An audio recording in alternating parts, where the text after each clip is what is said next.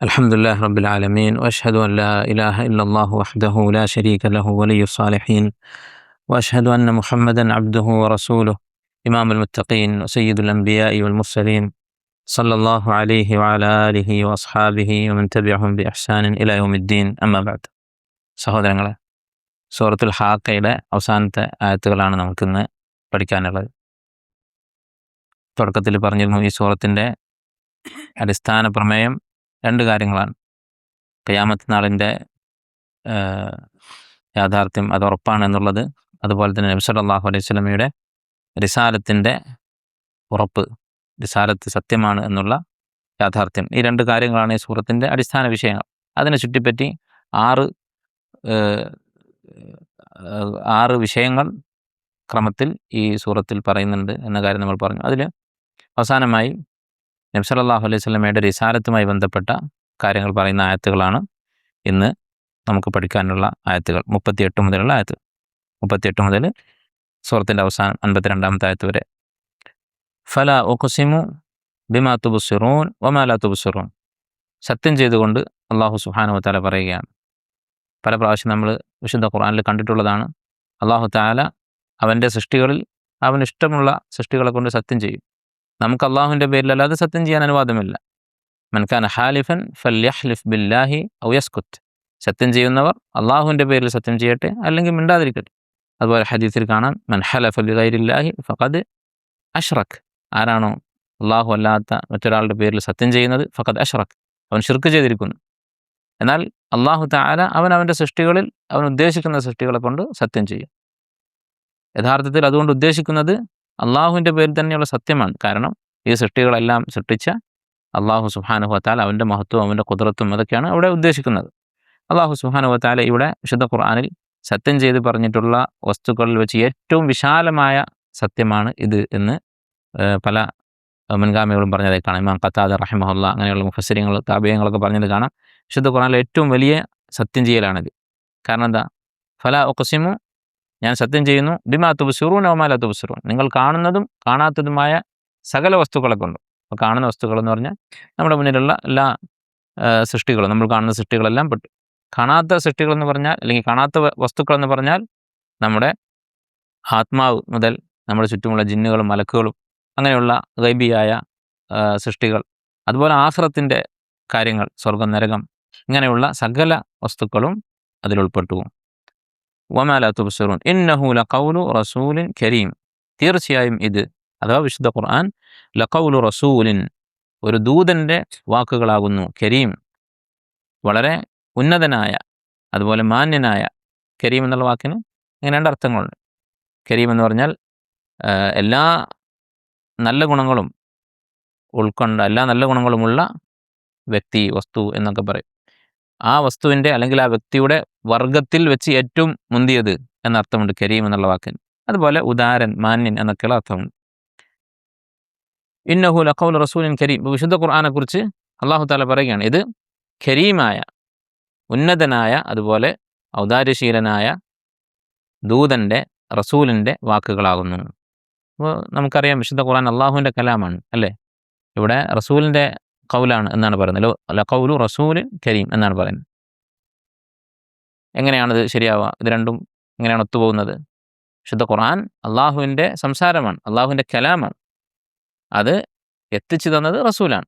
അതിന് ഒരു സൂചന ഈ ആയത്തിലുണ്ട്.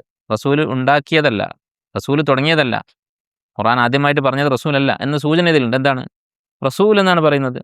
എത്തിച്ചു കൊടുത്തവൻ്റെ വാക്ക് എന്ന് പറയുമ്പോൾ അത് അയാളെ പറഞ്ഞയച്ച ഒരാളുണ്ട്, ഒരു മുർസലുണ്ട്, അല്ലേ? അപ്പോൾ ഈ സംസാരം എത്തിക്കാനുള്ള ദൂതൻ മാത്രമാണ് നബി സല്ലല്ലാഹു അലൈഹി വസല്ലം എന്നതിൽ തന്നെ ഒരു സൂചനയുണ്ട്. സൂചന മാത്രമേ ഉള്ളൂ, ഉറപ്പില്ല, അല്ലേ?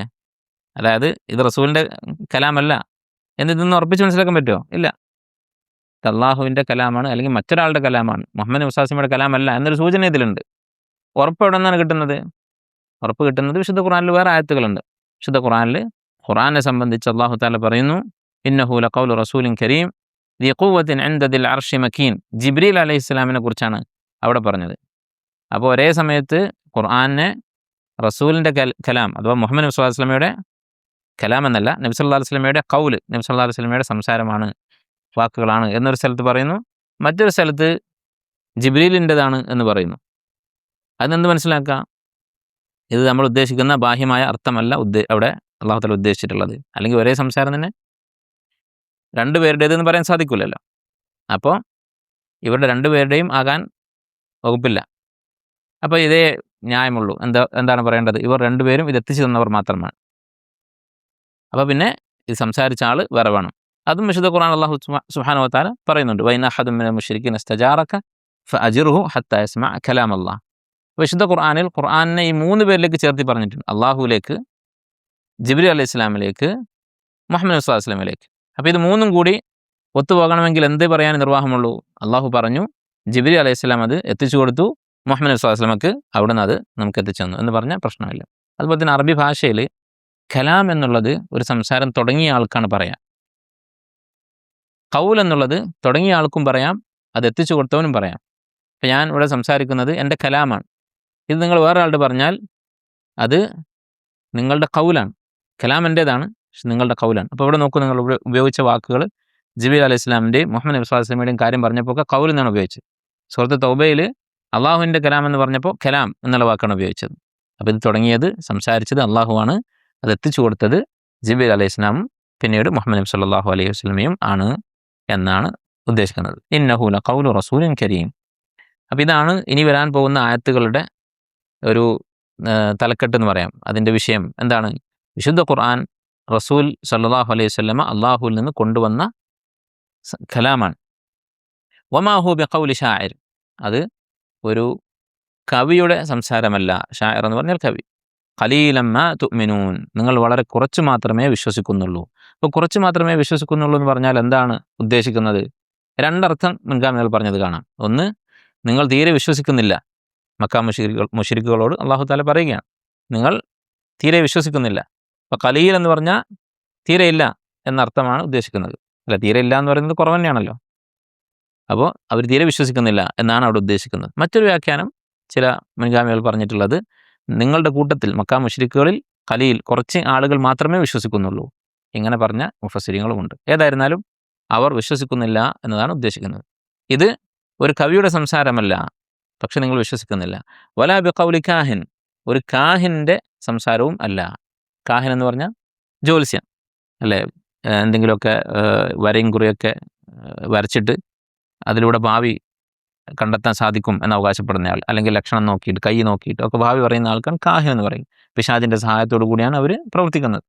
ഇത് ഹദീസുകളിലും അതുപോലെ തന്നെ വിശുദ്ധ ഖുർആനിൽ തന്നെ ഇവരെക്കുറിച്ച് സൂചനകളുണ്ട്, ജ്യോത്സ്യന്മാരെക്കുറിച്ച്.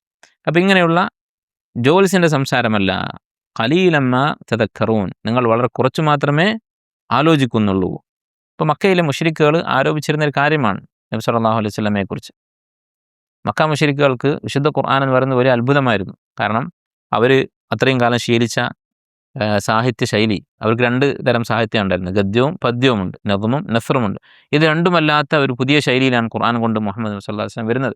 അപ്പം അത്രയും കാലം അവർ ഏറ്റവും അഭിമാനമായി കണ്ടിരുന്ന അവരുടെ ഏറ്റവും വലിയ ഒരാളുടെ നിലവാരം അളക്കാൻ അവർ ഉപയോഗിക്കുന്ന ഏറ്റവും വലിയ കഴിവാണ് ഫസാഹത്ത് എന്ന് പറയുന്നത്, സാഹിത്യ സമ്പുഷ്ടമായി സംസാരിക്കുക എന്നുള്ളത്. അതിനിടക്കാണ് ഇങ്ങനെ ഒരു പാരമ്പര്യമില്ലാത്ത, അവരുടെ കൂട്ടത്തിൽ ഒരു കവിയായിട്ടോ ഒരു പ്രാസംഗികനായിട്ടോ ഒന്നും അറിയപ്പെടാത്ത ഒരാൾ വന്നിട്ട് അവർക്ക് ഇതുവരെ പരിചയമില്ലാത്ത ഒരു ശൈലിയിൽ വിശുദ്ധ ഖുർആൻ കൊണ്ടുവരുന്നു. അപ്പോൾ ഇത് മുഹമ്മദ് എഴുതിയതാണ്, മുഹമ്മദിൻ്റെ ഒരു സ്വന്തം സാഹിത്യ സൃഷ്ടിയാണെന്ന് പറയാൻ അവർക്ക് തോന്നിയതേയില്ല. നബി സല്ലല്ലാഹു അലൈഹി വസല്ലമയെക്കുറിച്ച് പല ആരോപണങ്ങളും മക്ക മുശ്രിക്കുകൾ പറഞ്ഞിട്ടുണ്ട്. ഷാഇർ എന്ന് പറഞ്ഞിട്ടുണ്ട്, കാഹിൻ എന്ന് പറഞ്ഞിട്ടുണ്ട്, സാഹിർ എന്ന് പറഞ്ഞിട്ടുണ്ട്, മുഅല്ലം എന്ന് പറഞ്ഞിട്ടുണ്ട്, മജ്നൂൻ എന്ന് പറഞ്ഞിട്ടുണ്ട്. അങ്ങനെ പല ആരോപണങ്ങളും പറഞ്ഞിട്ടുണ്ട്. പക്ഷേ സ്വന്തമായി മുഹമ്മദ് എഴുതിയുണ്ടാക്കിയതാണ് ഖുർആൻ എന്ന് അവരാരും പറഞ്ഞിട്ടില്ല. കാരണം അങ്ങനെ ഒരു എഴുത്തുമായിട്ട് വരാനുള്ള പാരമ്പര്യം, അങ്ങനെ ഒരു പശ്ചാത്തലം മുഹമ്മദ് നബി സ്വല്ലല്ലാഹു അലൈഹി വസല്ലമയ്ക്ക് ഇല്ല എന്നവർക്കറിയാം.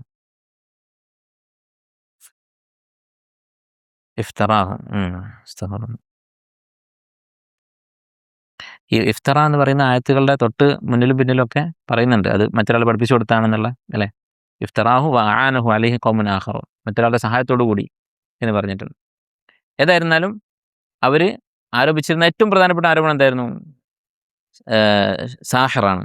അതുപോലെ തന്നെ മറ്റൊരു യഹൂദി അദ്ദേഹത്തിന് പഠിപ്പിച്ചു കൊടുത്തതാണ് എന്നുള്ള ആരോപണങ്ങളൊക്കെ ആയിരുന്നു അവർ കാര്യമായി പറഞ്ഞിരുന്നത്.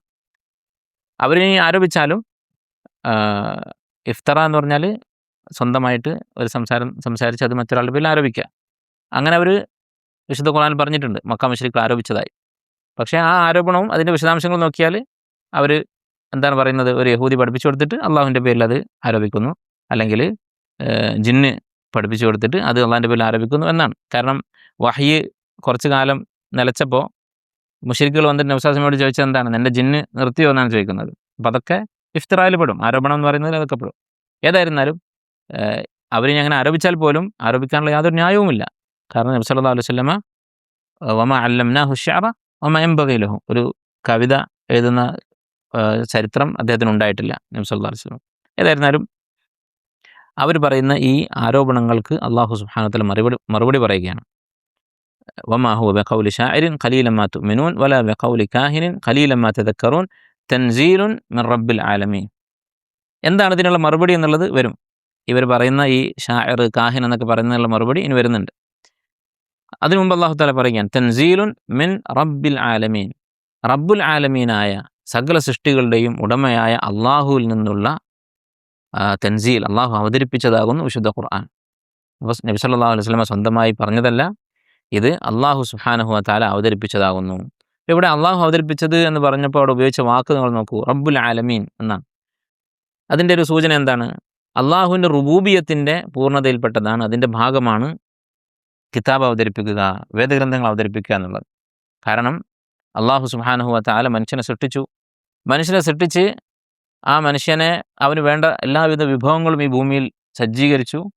എന്നിട്ട് ഈ മനുഷ്യന് ഹിദായത്ത് കൊടുക്കാതെ അവൻ ചെയ്യേണ്ടത് എന്താണ്, ചെയ്യരുതാത്തത് എന്താണ് എന്ന് പഠിപ്പിക്കാതെ അവനെ കൈവിടുക എന്നുള്ളത് അള്ളാഹുവിൻ്റെ റുബൂബിയത്തിന് ചേർന്നതാണോ? ഒരിക്കലുമല്ല. അല്ല, നമ്മൾ മനുഷ്യർ പോലും ഇപ്പോൾ നമ്മൾ ഒരു സ്ഥാപനം തുടങ്ങി, ഒരു സ്കൂൾ തുടങ്ങി എന്ന് വിചാരിക്കുക, അല്ലെങ്കിൽ ഒരു മദ്രസ തുടങ്ങി, അല്ലെങ്കിൽ വേറെ എന്തെങ്കിലും ഒരു സ്ഥാപനം തുടങ്ങി, ഒരുപാട് വിദഗ്ധമായി നമ്മളത് ഉണ്ടാക്കി, എന്നിട്ട് അവിടെ അതെങ്ങനെയാണ് മുന്നോട്ട് പോകേണ്ടത് എന്ന് അവരോട് പറയാതെ അത് അവിടെ ഉണ്ടാക്കി വെച്ചിട്ട് പണി നോക്കി പോകാമെന്ന് പറയുന്നത് അത് മനുഷ്യൻ ചെയ്യൂല, ഹിക്മത്തുള്ളൊരു മനുഷ്യൻ ചെയ്യൂല.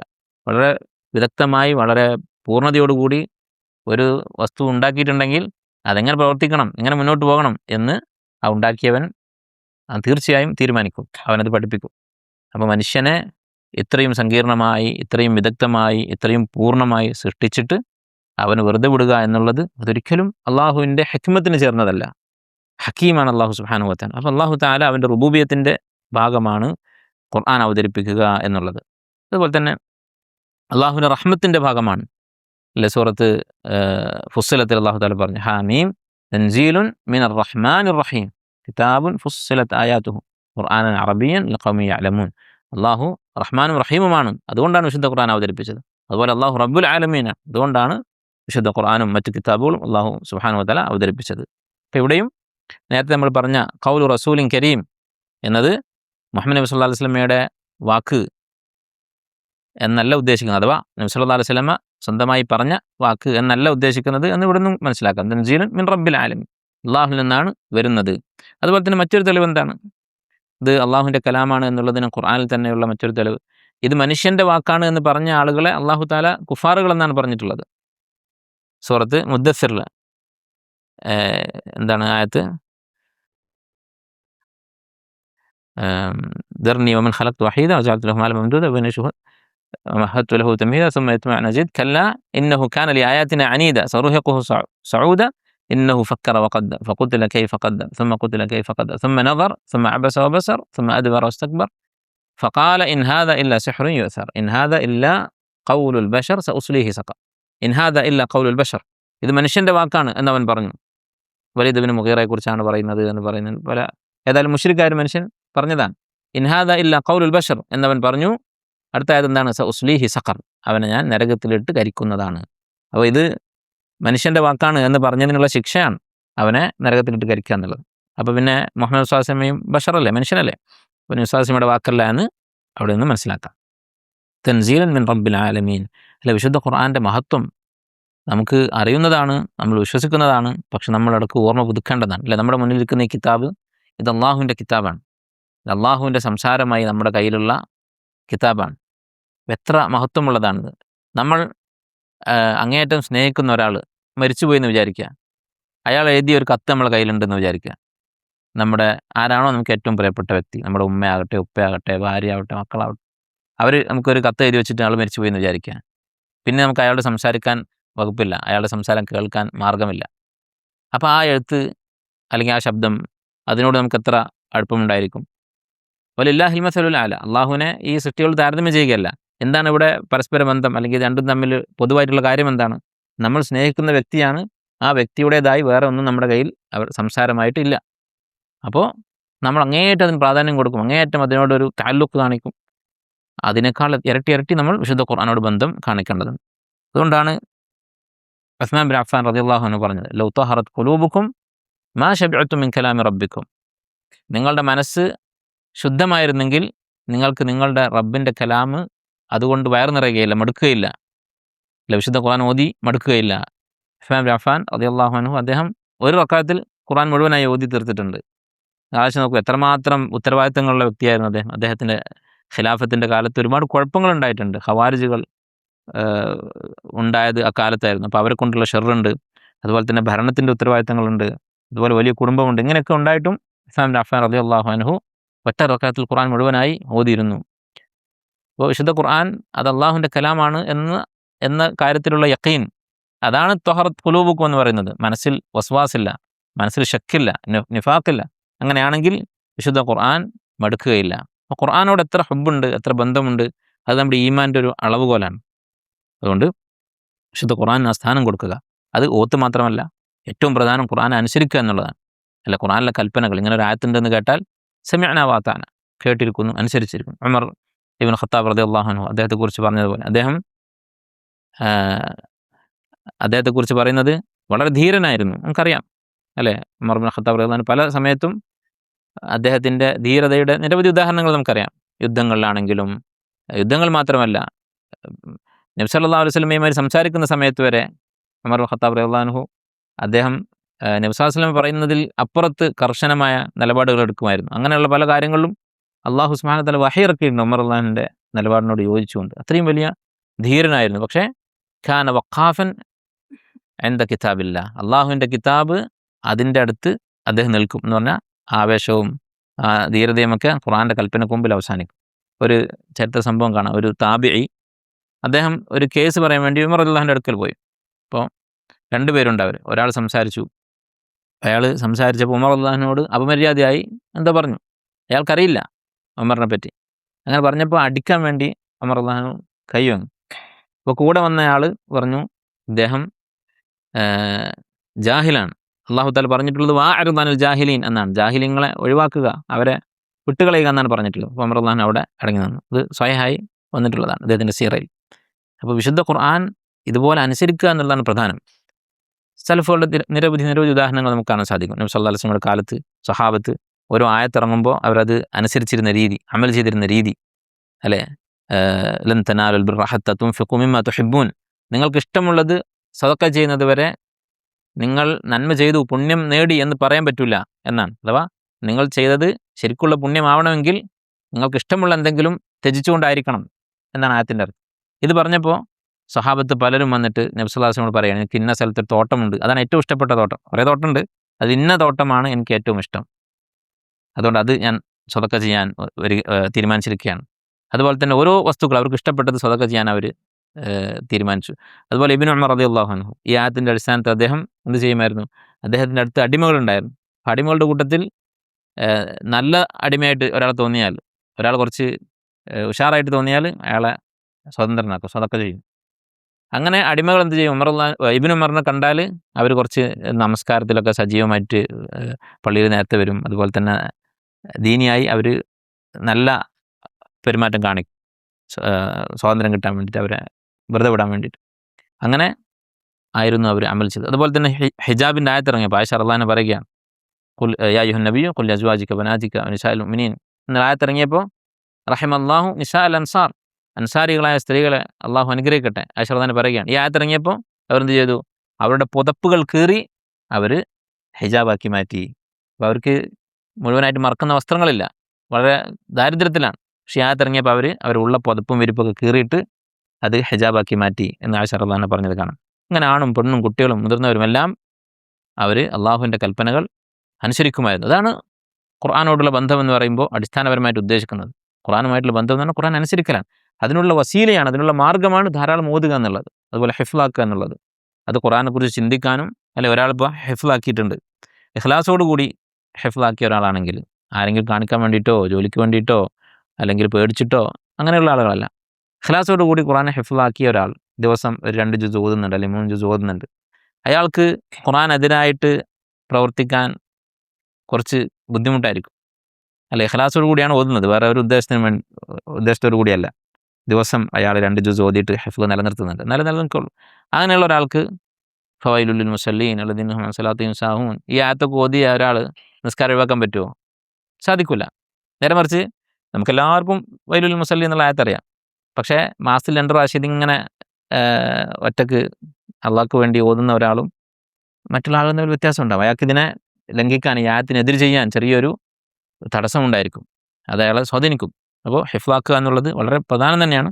പക്ഷെ അതിൻ്റെ ലക്ഷ്യം അമൽ ചെയ്യുക എന്നുള്ളതാണ്. ഹസൻ ബസീർ റഹ്മത്തുള്ളാഹി പറഞ്ഞത് കാണാം, ഉൻസിലൽ ഖുർആൻ ലിയുഅമല ബിഹി, ഖുർആൻ അവതരിച്ചത് അമൽ ചെയ്യാൻ വേണ്ടിയാണ്, ഇതിലെ കൽപ്പനകൾ അനുസരിക്കാൻ വേണ്ടിയാണ്. ഒത്തഖദന്നാസു തിലാവതഹു അമല, പക്ഷെ ജനങ്ങൾ അത് ഓതുക എന്നുള്ളതിനെ ഒരു അമലാക്കി മാറ്റി. ഓതിയാൽ മതി, അതോടുകൂടി ഖുർആനുമായിട്ടുള്ള ബന്ധം തീർന്നു എന്ന ആളുകൾ ധരിച്ചിരിക്കുന്നു. അത് ശരിയല്ല. പക്ഷെ ഓതുക എന്നുള്ളത് ഇഖ്ലാസോടു കൂടിയാണ് ഓതുന്നതെങ്കിൽ അത് തീർച്ചയായും അമൽ ചെയ്യാൻ വളരെയധികം സഹായിക്കും. നമ്മൾ നോക്കിയാൽ മതി, നമ്മുടെ മുമ്പുണ്ടായിരുന്ന ആളുകളൊക്കെ, നമ്മുടെ ഉമ്മമാരും ഉപ്പമാരും അവരുടെ മുമ്പുള്ള തലമുറയൊക്കെ, അവരുടെ കൂട്ടത്തിൽ ധാരാളം ഖുർആൻ ഓതുന്ന ആളുകൾ, അവരിൽ അതിൻ്റെ അടയാളം കാണാൻ പറ്റും. അവരായിരിക്കും കൂടുതൽ ഖുർആൻ അനുസരിക്കുന്നവർ, അവർക്ക് അതിൻ്റെ അർത്ഥം അറിയില്ലെങ്കിൽ പോലും. അപ്പോൾ വിശുദ്ധ ഖുർആൻ അത് ഓതുകയും അതുപോലെ തന്നെ അമൽ ചെയ്യുകയും അതിൻ്റെ അർത്ഥം പഠിക്കുകയും, ഇങ്ങനെ ഏതൊക്കെ രീതിയിലും ഖുർആൻ കൊണ്ട് റുഖിയ ചെയ്യുക, ഏത് രോഗത്തിനാണെങ്കിലും, ശാരീരികമായ രോഗങ്ങളാണെങ്കിലും മാനസികമായ രോഗങ്ങളാണെങ്കിലും ഖുർആനിൽ നിന്ന് ശിഫ തേടുക, ഖുർആനിലേക്ക് വിധി തേടുക. തഹാക്കും, രണ്ടുപേരും തമ്മിൽ തർക്കമുണ്ടായി, ഇപ്പോൾ ഈ വിഷയത്തിൽ ഖുർആനിൽ എന്തെങ്കിലും ഹുക്കുമുണ്ടോ? ഖുർആനിലെ ഹുക്കുമിൻ്റെ വിശദീകരണമാണ് ഹദീസുകൾ, അല്ലെ, ഹദീസുകളെല്ലാം വിശുദ്ധ ഖുർആൻ്റെ വിശദീകരണമാണ്. അപ്പോൾ ദീനിൽ, ശരീഅത്തിൽ ഈ തർക്കത്തിൻ്റെ പരിഹാരം എന്താണ്, അതന്വേഷിക്കുക, അനുസരിക്കുക, ഇതൊക്കെയാണ് ഖുർആൻ അള്ളാഹുവിൻ്റെ കലാമാണ് എന്നുള്ള വിശ്വാസത്തിൻ്റെ തെളിവുകൾ. തൻസീലുൻ മിർ റബ്ബിൽ ആലമീൻ, എന്നിട്ട് മറുപടി പറയുകയാണ് മുശ്രിക്കുകൾക്ക്. ഷായറാണ്, കാഹിനാണ് എന്നൊക്കെ പറഞ്ഞ ആളുകൾക്കുള്ള മറുപടി എന്താണ്?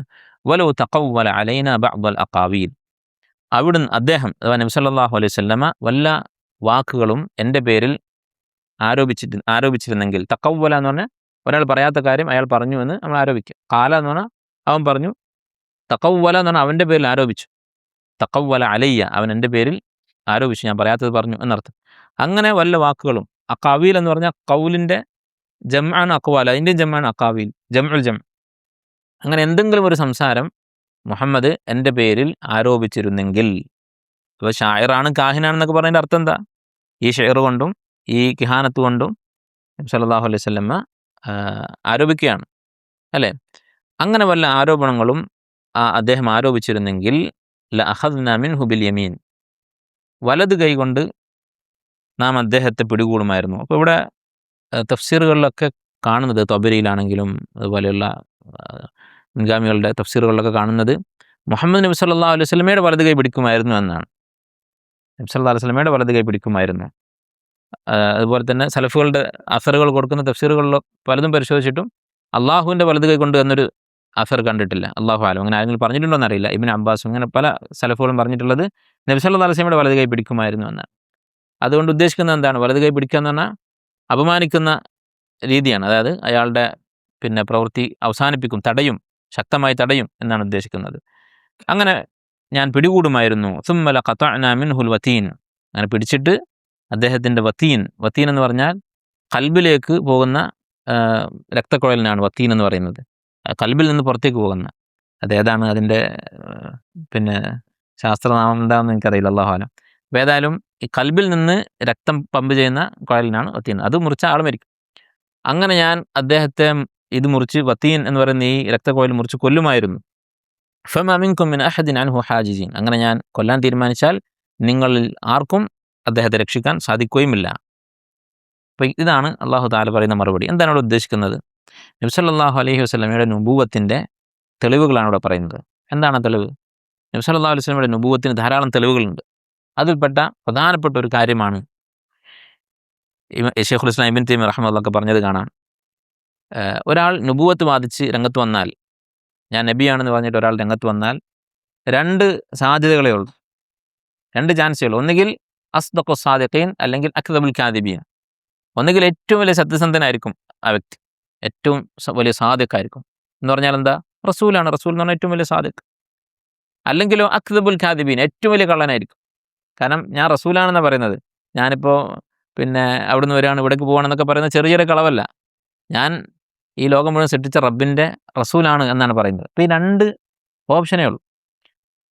ഇതിൽ ഏതാണ് ഈ വ്യക്തി എന്ന്, ഇപ്പോൾ എൻ്റെ മുന്നിൽ ഒരാൾ വന്നിട്ട് ഞാൻ റസൂലാണെന്ന് പറയാം, അപ്പോൾ അയാൾ അസ്ദഖു സാദിഖീനാണോ അക്ദബുൽ കാദിബീനാണോ എന്ന് വേർതിരിച്ച് അറിയാതിരിക്കുക എന്ന് പറഞ്ഞാൽ ഞാൻ ഏറ്റവും വലിയ മണ്ടനായിരിക്കും, അജ്ഹലുൽ ജാഹിലീനായിരിക്കും. കാരണം എന്താ? സാധാരണ എന്തെങ്കിലുമൊക്കെ കളവ് പറഞ്ഞാൽ ചെറിയ ചെറിയ കളവൊക്കെ നമ്മൾ പെട്ടുപോകും. പക്ഷെ വലിയ കളവ് പറഞ്ഞാൽ നമ്മൾ പെടുമോ? ഇല്ല. ഇപ്പോൾ ചിലപ്പോൾ കുറേ തട്ടിപ്പുകാർ ഫോണൊക്കെ വിളിക്കും, എന്നിട്ട് ഇങ്ങനെയാണെന്നൊക്കെ പറയും അവർ. അപ്പോൾ ഞാൻ പോലീസിൽ നിന്നാണ് വിളിക്കുന്നത് എന്ന് പറഞ്ഞിട്ട് എന്തെങ്കിലുമൊക്കെ പറഞ്ഞാൽ ചിലപ്പോൾ നമ്മൾ പെട്ടുപോകും. ചില ആൾക്കാരൊക്കെ ഓരോരുത്തർ ബുദ്ധിക്കനുസരിച്ച്. നേരെ മറിച്ച് ഒരാൾ വിളിച്ചിട്ട് ഞാൻ UAE പ്രസിഡൻ്റാണ് അല്ലെങ്കിൽ അമീറാണെന്ന് പറഞ്ഞിട്ട് വിളിച്ചാലോ, അല്ലെങ്കിൽ ഞാൻ ഇന്ത്യൻ പ്രസിഡൻ്റാണെന്ന് പറഞ്ഞിട്ട് വിളിച്ചാലോ, അപ്പോൾ നമുക്ക് യാതൊരു സംശയമില്ല, ഒരു ചെറിയ കുട്ടി പോലും അതിൽ പെട്ടുപോകില്ല. എന്തുകൊണ്ടാണ്? അക്ദബുൽ കാദിബീൻ, അവൻ്റെ കളവിൻ്റെ ലെവൽ കൂടിപ്പോയി. അപ്പോൾ അത്ര വലിയ കളവ് പറഞ്ഞാൽ അത് വിജയിക്കില്ല. അതുകൊണ്ടാണ് പിന്നെ ചില മുൻഗാമികളെന്നല്ല, പിന്നെ അറബിയിൽ അറിയപ്പെട്ട ഒരു പഴഞ്ചൊല്ല് പോലെ ഉണ്ട്, എങ്ങനെയാണ് ഇത് കളവാണെന്ന് എനിക്ക് മനസ്സിലായത് എന്ന് ചോദിക്കുമ്പോൾ ഒരാൾ ഉത്തരം പറയും, മിൻ ഖിബ്രിഹ, അതിൻ്റെ വലുപ്പം കണ്ടിട്ടാണ് മനസ്സിലായത്, ആ കളവിൻ്റെ വലുപ്പം കണ്ടിട്ടാണ് മനസ്സിലായത് കളവാണെന്നുള്ളത്. നമ്മൾ നിത്യജീവിതത്തിൽ ഉപയോഗിക്കുന്നൊരു യുക്തിയാണത്. വലിയ കളവ് പെട്ടെന്ന് പിടിക്കപ്പെടും. അപ്പോൾ ഏറ്റവും വലിയ കള്ളനാണോ അല്ലേ എന്ന് മനസ്സിലാക്കുക എന്നുള്ളത് നിസ്സാര കാര്യമാണ്, ഏത് കുട്ടിക്കും മനസ്സിലാക്കാൻ പറ്റും. അങ്ങനെ പറയാൻ മുഹമ്മദ് വസ്ലാമിനെ കുറിച്ച് സാധിക്കുമോ? നഊദുബില്ലാ, അക്ദബുൽ കാദിബീൻ എന്ന് പറയാൻ സാധിക്കുമോ ഇല്ലേ എന്നുള്ളത് നബി സല്ലല്ലാഹു അലൈഹി വസല്ലമയുടെ സീറ പരിശോധിച്ചാൽ മതി. എന്തായിരുന്നു നബി സല്ലല്ലാഹു അലൈഹി വസല്ലമയുടെ ജീവിതം? ഒരു കള്ളൻ്റെ ജീവിതമായിരുന്നോ അതോ ഒരു സത്യസന്ധൻ്റെ ജീവിതമായിരുന്നോ? നബി സല്ലല്ലാഹു അലൈഹി വസല്ലം അറിയപ്പെട്ടിരുന്നത് തന്നെ സത്യസന്ധൻ എന്നായിരുന്നു. അൽ അമീൻ, അല്ലെ വിശ്വസ്തൻ എന്നൊക്കെ പറഞ്ഞാൽ എന്താണ്? സത്യസന്ധതയാണ് അല്ലേ? ഒരാൾ വിശ്വസിച്ച ഒരു കാര്യം ഏൽപ്പിച്ചു. ഹിജ്റ പോകുന്ന സമയത്ത് വരെ മക്കയിലെ മുശ്രിക്കുകൾ ഏൽപ്പിച്ച പല വസ്തുക്കളും നബി സല്ലല്ലാഹു അലൈഹി വസല്ലം കയ്യിലുണ്ടായിരുന്നു, അമാനത്തായിട്ട് ഏൽപ്പിച്ചത്. ശത്രുക്കൾ വരെ, അല്ല അബൂജഹലിൻ്റെ സുഹൃത്തായിരിക്കും ഒരാൾ, പക്ഷേ എന്തെങ്കിലും ഏൽപ്പിക്കാണ്ടെങ്കിൽ മുഹമ്മദിൻ്റെ അടുത്താണ് കൊണ്ടുവന്ന് ഏൽപ്പിക്കുന്നത്, അബൂജഹലിൻ്റെ അടുത്ത് ഏൽപ്പിക്കില്ല. അങ്ങനെ മക്ക മുശ്രിക്കുകൾ വിശ്വസിച്ചിരുന്ന ഒരാളാണ് നബി സല്ലല്ലാഹു അലൈഹി വസല്ലം. അസ്സാദിഖുൽ അമീൻ എന്നായിരുന്നു അറിയപ്പെട്ടിരുന്നത്. അതുപോലെ തന്നെ കളവ് പറയണമെങ്കിൽ അതിന് എന്തെങ്കിലും ഒരു നേട്ടമുണ്ടാകണം, അല്ല വെറുതെ ആരും കളവ് പറയില്ല, നമ്മൾ ആലോചിച്ചാൽ മതി. അതുകൊണ്ടാണ് മലിക്കുൻ ഖാദിബ്, കളവ് പറയുന്ന രാജാവ്, അള്ളാഹ് തിരിഞ്ഞു നോക്കാത്ത ആളുകളിൽ എണ്ണിയത്. എന്തുകൊണ്ടാണ്? സാധാരണ ആളുകൾ കളവ് പറയാൻ എന്തെങ്കിലും കിട്ടാനാണ്, അല്ലെങ്കിൽ എന്തെങ്കിലും ഷെറിൽ നിന്ന് രക്ഷപ്പെടാനാണ്. അതൊന്നുമില്ലാത്ത ആളാണ് രാജാവ്, ആരെയും പേടിക്കാനുമില്ല, ഒന്നും കിട്ടാനുമില്ല. അങ്ങനെയുള്ള രാജാവ് എന്തിനും കളവ് പറയണം? അപ്പോൾ മനുഷ്യൻ കളവ് പറയുക എന്തെങ്കിലും ആവശ്യത്തിനാണ്. അങ്ങനെ വല്ല ആവശ്യവും മുഹമ്മദ് വസ്ലാമക്ക് ഉണ്ടായിരുന്നോ? വസ്ലാമയുടെ സീറ പരിശോധിക്കാം. നബി സല്ലല്ലാഹു അലൈഹി വസല്ലമക്ക് സാമ്പത്തികമായ വല്ല ലക്ഷ്യം ഉണ്ടായിരുന്നോ? മക്കത്ത് അത്യാവശ്യം നല്ല സാമ്പത്തിക സ്ഥിതിയിലായിരുന്നു ഉണ്ടായിരുന്നത്. ഖദീജ റളിയല്ലാഹു അൻഹ വലിയ ബിസിനസ്സുകാരിയാണ്, കച്ചവടക്കാരിയാണ്, നാട്ടിലിറങ്ങി കച്ചവടം നടത്തുന്ന കച്ചവടക്കാരിയല്ല. ഇന്നത്തെ കച്ചവടക്കാരികളുമായിട്ട് താരതമ്യം ചെയ്യാൻ പറ്റുന്ന ആളല്ല, ചിലപ്പോൾ അങ്ങനെ ആരെങ്കിലും വിചാരിക്കും. ഖദീജ റളിയല്ലാഹു അൻഹ പൈസ കൊടുത്ത് ആൾക്കാരെ പറഞ്ഞയച്ച് കച്ചവടം ചെയ്യിക്കുമായിരുന്നു. അപ്പം നബി സല്ലല്ലാഹു അലൈഹി വസല്ലം സാമ്പത്തികമായിട്ട് ബുദ്ധിമുട്ടില്ല നുബുവത്ത് കിട്ടുന്ന സമയത്ത്, വഹി കിട്ടുന്ന സമയത്ത്. അതിന് മുമ്പ് ഉണ്ടായിരുന്നു. പക്ഷേ എന്താണ് സംഭവിച്ചത്? വഹി കിട്ടിക്കഴിഞ്ഞപ്പോൾ, നുബുവത്ത് കിട്ടിക്കഴിഞ്ഞപ്പോൾ ഉപരോധമുണ്ടായി, അതുപോലെ തന്നെ പട്ടിണി കിടക്കേണ്ടി വന്നു. ഇല മാത്രം തിന്നിട്ട് കുറേ കാലം കഴിഞ്ഞിട്ടുണ്ട്, പച്ചിലകൾ, പുല്ല് വാരി തിന്നിട്ട് കുറേ ദിവസം ജീവിക്കേണ്ടി വന്നു. ഈ കഷ്ടപ്പാടുകളൊക്കെ സഹിച്ചു. അപ്പോൾ ഒരിക്കലും സാമ്പത്തികമായ ഒരു നേട്ടത്തിനല്ല. എന്ന് മാത്രമല്ല, ഇനിയിപ്പോൾ പച്ചിലയൊക്കെ കുറച്ചു കാലം തിന്നാലും പിന്നെ ഒരു നല്ല കാലം വരും എന്ന് വിചാരിച്ചിട്ട് വേണമെങ്കിൽ ഒരാൾക്ക് കളവ് പറയാം. അങ്ങനെ ഉണ്ടോ? അങ്ങനെയില്ല. സ്വതക്ക ഹറാമാണ്. നബി സല്ലല്ലാഹു അലൈഹി വസല്ലമക്ക് സക്കാത്ത് വാങ്ങാൻ പാടില്ല, സക്കാത്തും സ്വതക്കയും വാങ്ങാൻ പാടില്ല. നബി സല്ലല്ലാഹു അലൈഹി വസല്ലം മാത്രമല്ല, തൻ്റെ പരമ്പരയിൽ ഒരാൾക്കും, അതുപോലെ അടുത്ത ബന്ധുക്കളുടെ പരമ്പരയിൽ പോലുമുള്ള ആളുകൾക്ക് സ്വതക്കയും സക്കാത്തും വാങ്ങാൻ പാടില്ല, അത് ഹറാമാക്കി. ഇതായിരുന്നു നബി സല്ലല്ലാഹു അലൈഹി വസല്ലമയുടെ അവസ്ഥ. അതുപോലെ ഇനിയിപ്പോൾ സാമ്പത്തികമായി ലക്ഷ്യമില്ലെങ്കിലും, അല്ലെ സാമ്പത്തികമായ അവസ്ഥ നമുക്ക് ധാരാളം ഹദീസുകളിൽ കാണാം. ചില ആൾക്കാർ പിന്നെയും ചിലപ്പോൾ ഒന്ന് ചുഞ്ഞു നോക്കിയിട്ട്, പക്ഷേ ഗനീമത്തുണ്ടല്ലോ, ഗനീമത്തിൽ 5-1 ഉണ്ടല്ലോ, ഈ 5-1 വാങ്ങിയിട്ട് നബി സല്ലല്ലാഹു അലൈഹി വസല്ലം എന്തായിരുന്നു ചെയ്തിരുന്നത്? 5-1 വാങ്ങണമെങ്കിൽ എന്ത് വേണം? സ്വന്തം ജീവൻ പണയം വെച്ചിട്ട് യുദ്ധം ചെയ്യണം. അതെങ്ങനെ ഗനീമത്ത് 5-1 എന്ന് പറയുമ്പോൾ ഇന്നത്തെ ഗനീമത്തിനെ കുറിച്ച് ആയിരിക്കും നമ്മുടെ മനസ്സിലേക്ക് ഓടി വരിക. എ സി റൂമിലിരുന്ന് കമ്പ്യൂട്ടർ ഉപയോഗിച്ചിട്ടാണ് ഇന്ന് യുദ്ധം. അങ്ങനെ യുദ്ധം ചെയ്തിട്ട് 5-1 കിട്ടുകയാണെങ്കിൽ വളരെ നല്ലൊരു കാര്യമാണത്. പക്ഷേ ഇത് മുന്നിൽ പോയി നിന്ന് സ്വന്തം ജീവൻ പണയം വെച്ചിട്ടാണ് ഈ 5-1 വാങ്ങുന്നത്. ആ വാങ്ങിയ 5-1 എന്തായിരുന്നു അവിടുന്ന് ചെയ്തിരുന്നത്? സദക്ക ചെയ്യായിരുന്നു. അത് വാങ്ങുന്ന കാലത്താണ് ഒരു പായ വിരിച്ച് അതിൽ കിടന്നിട്ട് പുറത്തൊക്കെ അടയാളം വര വീണിട്ട് ഉമർ റളിയല്ലാഹു കരയുന്നത് അത് കണ്ട്. കിസ്റയും കൈസറും ഒക്കെ നല്ല സുഖിച്ച് ജീവിക്കുകയാണ് കൊട്ടാരങ്ങളിൽ, താങ്കൾ ഇങ്ങനെ കഷ്ടപ്പെട്ട് ജീവിക്കുകയാണോ എന്ന് ചോദിക്കുന്ന അവസ്ഥയുണ്ടായി. നബി സ്വല്ലല്ലാഹു അലൈഹി വസല്ലമയുടെ വീടുകൾ വളരെ ചെറുതായിരുന്നു. അതുപോലെ തന്നെ ഭക്ഷണം 9 ഭാര്യമാരുടെ അടുത്ത് പോയിട്ട് ഒന്നും കിട്ടാതെ ഇന്ന് നോമ്പ് നിൽക്കുകയാണ് എന്ന് നബി സ്വല്ലല്ലാഹു അലൈഹി വസല്ലം പറഞ്ഞിട്ടുണ്ട്. അപ്പോൾ അറിയപ്പെട്ടതാണ് നബി സ്വല്ലല്ലാഹു അലൈഹി വസല്ലമയുടെ സുഹദ്. അപ്പോൾ സാമ്പത്തികമായി യാതൊരു ലക്ഷ്യവുമില്ല. ഇനിയോ സാമ്പത്തികമായി ലക്ഷ്യമില്ലാത്ത ആളുകൾക്കും ആളുകൾക്കിടയിൽ ഒരു സ്ഥാനം കിട്ടുന്നത് ചിലപ്പോൾ ഒരു പ്രേരണയാവാറുണ്ട്. അല്ല, അധികാരം നേടിയിട്ട് വലിയ സ്ഥാനം. പക്ഷേ നബി സല്ലല്ലാഹു അലൈഹി വസല്ലമ നമ്മൾ വിശുദ്ധ ഖുർആൻ പരിശോധിച്ചാൽ ജനങ്ങൾക്കിടയിൽ തനിക്ക് വലിയൊരു സ്ഥാനം കിട്ടണം എന്ന് ഉദ്ദേശിച്ച് എഴുതിയുണ്ടാക്കിയ ഒരാളുടെ യാതൊരു ശൈലിയും ഖുർആനിൽ നമുക്ക് കാണാൻ സാധിക്കില്ല. അല്ലെ, നബി സല്ലല്ലാഹു അലൈഹി വസല്ലമക്ക് യാതൊരു അമാനുഷികമായ കഴിവുകളുമില്ല, ഗൈബ് അറിയില്ല. ഖുൽ ലൗ കുൻതു അഅലമുൽ ഗൈബ ലസ്തക്സർതു മിനൽ ഖൈർ വമാ മസ്സനിയ സൂ. എനിക്ക് ഗൈബ് അറിയുമായിരുന്നെങ്കിൽ ഞാൻ കുറേ ഖൈർ ഉണ്ടാക്കുമായിരുന്നു, പക്ഷെ എനിക്ക് അറിയില്ല. അതുപോലെ തന്നെ ഖുൽ അഖൂലു ലക്കും ഇൻദി ഖസാനുല്ലാഹി വലാ അഅലമുൽ ഗൈബ വലാ അഖൂലു ലക്കും ഇന്നി മലക്. അള്ളാഹുവിൻ്റെ ഖജനാവുകൾ എൻ്റെ കയ്യിലില്ല, എനിക്ക് ഗൈബ് അറിയില്ല, ഞാൻ മലക്കാണ് എന്ന് ഞാൻ പറയുന്നില്ല. അല്ല, ഇത് നബി സല്ലല്ലാഹു അലൈഹി വസല്ലം വിളിച്ച് പ്രാർത്ഥിക്കുന്ന ആളുകൾക്കൊക്കെ കണ്ണു തുറക്കാൻ സഹായിക്കേണ്ട ഒരായത്താണ്. ഖുൽ അഖൂലു ലക്കും ഇൻദി ഖസാഇനുല്ലാഹ്. അള്ളാഹുവിൻ്റെ ഖസാഇൻ, അള്ളാഹുവിൻ്റെ നിധികൾ എൻ്റെ കയ്യിലില്ല, എൻ്റെ കയ്യിലുണ്ട് എന്ന് ഞാൻ പറയുന്നില്ല എന്നാണ്. ഇവിടെ നബി സല്ലല്ലാഹു അലൈഹി വസല്ലമയുടെ 7 അയലത്തെത്താത്ത നല്ല തഖ്വയുള്ളൊരു മനുഷ്യനാണോ എന്ന് പോലും ഉറപ്പില്ലാത്ത ആളുകളുടെ കയ്യിലൊക്കെ എല്ലാ ഖസാനുകളും ഉണ്ട് എന്നാണ് ചില ആളുകൾ വിശ്വസിക്കുന്നത്. അവർ വിളിച്ച് പ്രാർത്ഥിക്കുന്ന ആളുകൾക്ക് വിശ്വസിക്കുന്നത്. നബി സല്ലല്ലാഹു അലൈഹി വസല്ലമയുടെ കയ്യിലില്ല. ഈ ആയത്ത് പറഞ്ഞു കൊടുത്തപ്പോൾ ഒരാൾ, അല്ലാത്തവർ വിളിച്ച് പ്രാർത്ഥിക്കുന്ന, ഔലിയാക്കളെ വിളിച്ച് പ്രാർത്ഥിക്കുന്ന ഒരാൾ പറഞ്ഞ രസകരമായ ഒരു മറുപടി കേട്ടിട്ടുണ്ട്. അയാൾ പറഞ്ഞത് എന്താണെന്ന് വെച്ചാൽ, ഖുൽ അഖൂലു ലക്കും ഇൻദി ഖസാഇനുല്ലാഹി. അല്ലേ, പണ്ഡിതൻ എന്ന് പറയപ്പെടുന്ന ഒരാൾ പറഞ്ഞ, എൻ്റെ അടുത്ത് അള്ളാഹുവിൻ്റെ ഖസാനുകൾ ഉണ്ട് എന്ന് ഞാൻ പറയുന്നില്ല, പക്ഷെ ഉണ്ട്, യഥാർത്ഥത്തിൽ ഞാൻ പറയാത്തതാണ്, വിനയം കൊണ്ട് പറയാത്തതാണ് എന്നാണ്.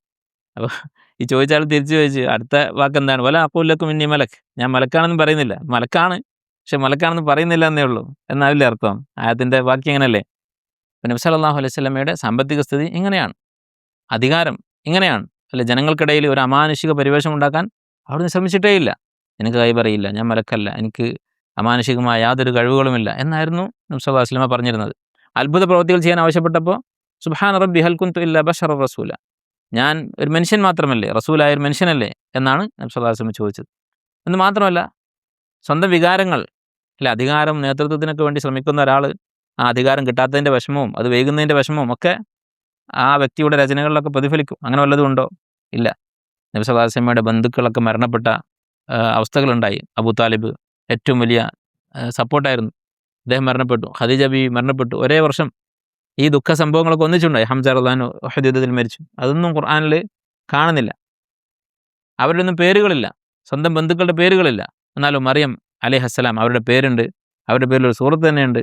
അപ്പോൾ സ്വന്തം മഹത്വവും അധികാരവും അമാനുഷിക പരിവേഷവും ഒക്കെ നിലനിർത്താനും അങ്ങനെ ഒരു അധികാരം അടിച്ചേൽപ്പിക്കാനും വേണ്ടിയുള്ള ശ്രമങ്ങളോ അതും കാണുന്നില്ല.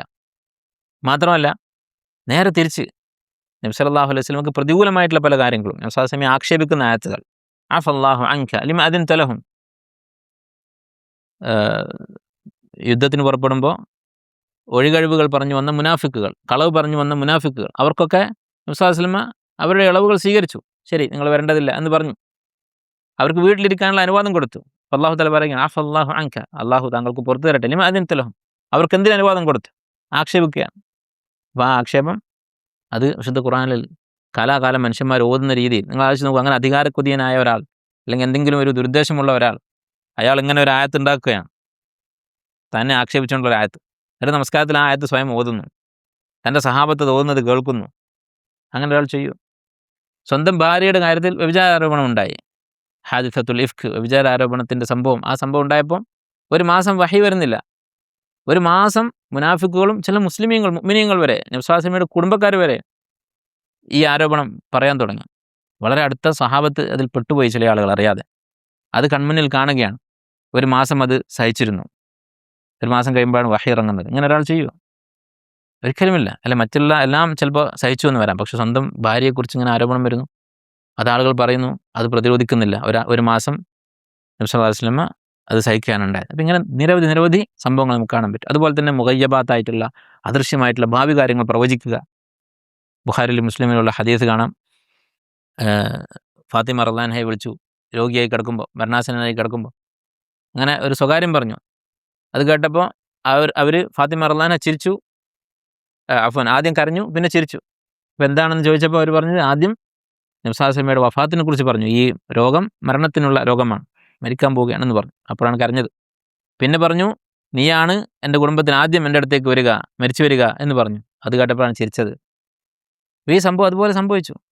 ഈ 2 പ്രവചനങ്ങളും ആ രോഗക്കിടക്കയിൽ തന്നെ മരിച്ചു. ഫാത്തിമ ബീവിയാണ് ആ വീട്ടിൽ ആദ്യമായി പിന്നീട് മരണപ്പെടുന്നത്. അപ്പോൾ ഇതൊക്കെ അത്ഭുതകരമായ കാര്യങ്ങളാണ്. അപ്പോൾ ഇപ്പോൾ പറഞ്ഞ ഈ സംഭവം, ഈ പ്രവചനം, അതൊക്കെ ഇസ്ലാമിൻ്റെ ശത്രുക്കൾ സ്വീകരിക്കുമെന്ന് ചോദിച്ചാൽ, അംഗീകരിക്കുമെന്ന് ചോദിച്ചാൽ അവർക്ക് ന്യായം, ഇൻസാഫ് ഉണ്ടെങ്കിൽ അവർ അംഗീകരിക്കേണ്ടി വരും. കാരണം ചരിത്രം റിപ്പോർട്ട് ചെയ്യാൻ വേണ്ടി മനുഷ്യർ ഉപയോഗിക്കുന്ന മാനദണ്ഡങ്ങളുടെ ഏറ്റവും സ്ട്രിക്റ്റ് ആയിട്ടുള്ള, ഏറ്റവും കണിശമായിട്ടുള്ള മാനദണ്ഡങ്ങളാണ് ഹദീസിലുള്ളത്. ബുഖാരി മുസ്ലിം ഉദ്ധരിച്ച ഹദീസ് എന്ന് പറഞ്ഞാൽ അത് ഒരാൾ നിഷേധിക്കുകയാണെങ്കിൽ ഒരുപാട് ചരിത്രങ്ങൾ നിഷേധിക്കേണ്ടി വരും.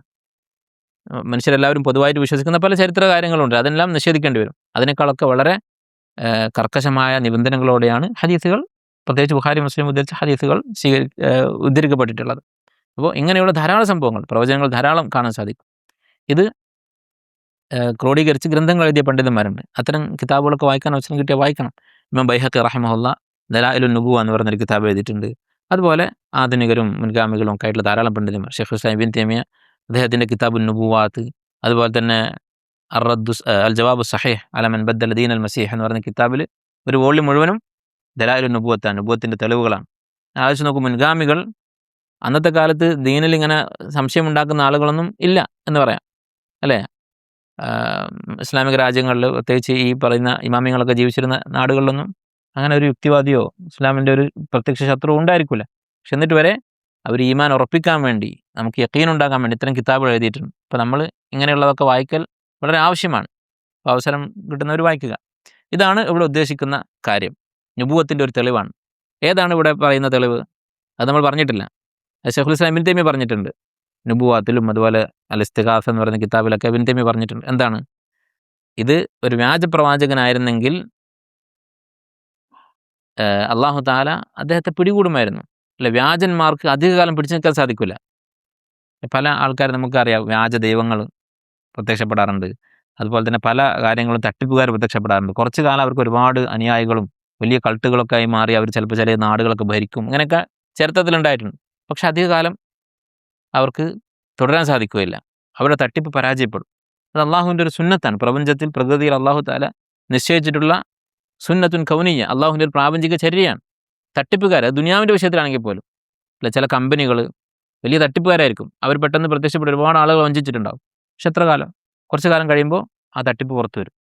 അപ്പം അങ്ങനെ ഏറ്റവും വലിയ തട്ടിപ്പ്, നേരത്തെ നമ്മൾ പറഞ്ഞതുപോലെ അക്ദബുൽ കാദിബീൻ ആയിട്ടൊരാൾ വരികയും എന്നിട്ട് അന്ന് മുതൽ ഈ 1400 വർഷം വരെ ആ വ്യക്തി കൊണ്ടുവന്ന ദീൻ അത് നിലനിൽക്കുകയും ലോകം ഭരിക്കുകയും വളരെ പ്രതാപത്തോടു കൂടി ഭൂമിയുടെ നല്ലൊരു ഭാഗത്ത് അത് നിലനിൽക്കുകയും ചെയ്യുക എന്നുള്ളത് അസംഭവ്യമാണ്, സംഭവിക്കുകയില്ല. അതാണ് അള്ളാഹു സുബ്ഹാനഹു വ തആല പറയുന്നത്. അങ്ങനെ കളവായിരുന്നെങ്കിൽ ഞാൻ അവനെ നശിപ്പിക്കുമായിരുന്നു. ചില മുഫസ്സിരിങ്ങൾ ഈ ആയത്തെത്തിയപ്പോൾ നബി സല്ലല്ലാഹു അലൈഹി വസല്ലമയോടുള്ള ബഹുമാനം കാരണം ഈ ആയത്തിനെ ഒന്ന് വ്യാഖ്യാനിക്കാൻ ശ്രമിച്ചു. അതായത് നബി സല്ലല്ലാഹു അലൈഹി വസല്ലം കളവ് പറഞ്ഞാൽ, അള്ളാഹിൻ്റെ പേരിൽ കളവ് പറഞ്ഞാൽ ഞാൻ പിടികൂടും എന്നാണല്ലോ അള്ളാഹ് പറയുന്നത്. അങ്ങനെ പോലും നബിയെക്കുറിച്ച് പറയാൻ പറ്റുമോ, കളവ് പറഞ്ഞാൽ എന്ന്? അബൂ ഹയ്യാൻ അൽ അൻദലുസി റഹിമഹുല്ലാഹ് അദ്ദേഹത്തിൻ്റെ അൽ ബഹ്റുൽ മുഹീത്ത് എന്ന് പറയുന്ന തഫ്സീറിൽ ഇതങ്ങനെ ആവാൻ സാധ്യതയില്ല എന്നാണ് പറയുന്നത്. അദ്ദേഹം പറയുന്നത് ഇതിങ്ങനെ ആയിരിക്കും, വലൗ തുഖുവ്വില അലൈനാ ബഅ്ദുൽ അഖാവീൽ, നമ്മുടെ മേൽ ആരെങ്കിലും എന്തെങ്കിലും കെട്ടിപ്പറഞ്ഞാൽ അവനെ ഇങ്ങനെയൊക്കെ ശിക്ഷിക്കും എന്നാണ് പറയുന്നത്. നബി സ്വല്ലല്ലാഹു അലൈഹി വസല്ലമയെ കുറിച്ചല്ല എന്നാണ് അദ്ദേഹം പറയുന്നത്. പക്ഷെ അത് ശരിയാണോ? ശരിയല്ല. 2 കാരണങ്ങൾ കൊണ്ട്. ഒന്ന്, ഈ ആയത്തിൻ്റെ ഖിറാഅത്ത്, ഇങ്ങനെയുള്ള ഖിറാഅത്ത് സഹീഹല്ല, അത് ഷാദായ ഖിറാഅത്താണ്. രണ്ടാമത്തേത്, സാങ്കല്പികമായി വേണമെങ്കിൽ മോശമായ കാര്യങ്ങൾ നമുക്ക് പറയാം. നബി സ്വല്ലല്ലാഹു അലൈഹി വസല്ലമയെ കുറിച്ച് സാങ്കല്പികമായി പറയാം, ഇങ്ങനെ ആയിരുന്നെങ്കിൽ. അത് ഇതിനേക്കാൾ വലിയ കാര്യം വിശുദ്ധ ഖുർആനിൽ വന്നിട്ടുണ്ട്. എന്താണ്? ലൗ കാന ഫീഹിമ ആലിഹത്തുൻ ഇല്ലല്ലാഹു, ആകാശങ്ങളിലും ഭൂമിയിലും അള്ളാഹു അല്ലാത്തൊരു ഇലാഹ് ഉണ്ടായിരുന്നെങ്കിൽ, മറ്റ് ഇലാഹുകൾ ഉണ്ടായിരുന്നെങ്കിൽ ഫസദത്ത്, അത് ഫസാദാകുമായിരുന്നു, കുഴപ്പമാകുമായിരുന്നു. അതുപോലെ ഖുൽ ഇൻ കാന ലിർറഹ്മാനി വലദുൻ ഫഅന അവ്വലുൽ ആബിദീൻ, അള്ളാഹുവിനൊരു മകനുണ്ടായിരുന്നെങ്കിൽ അവൻ ആരാധിക്കുന്നവരിൽ മുന്നിൽ ഞാൻ ഉണ്ടാകുമായിരുന്നു.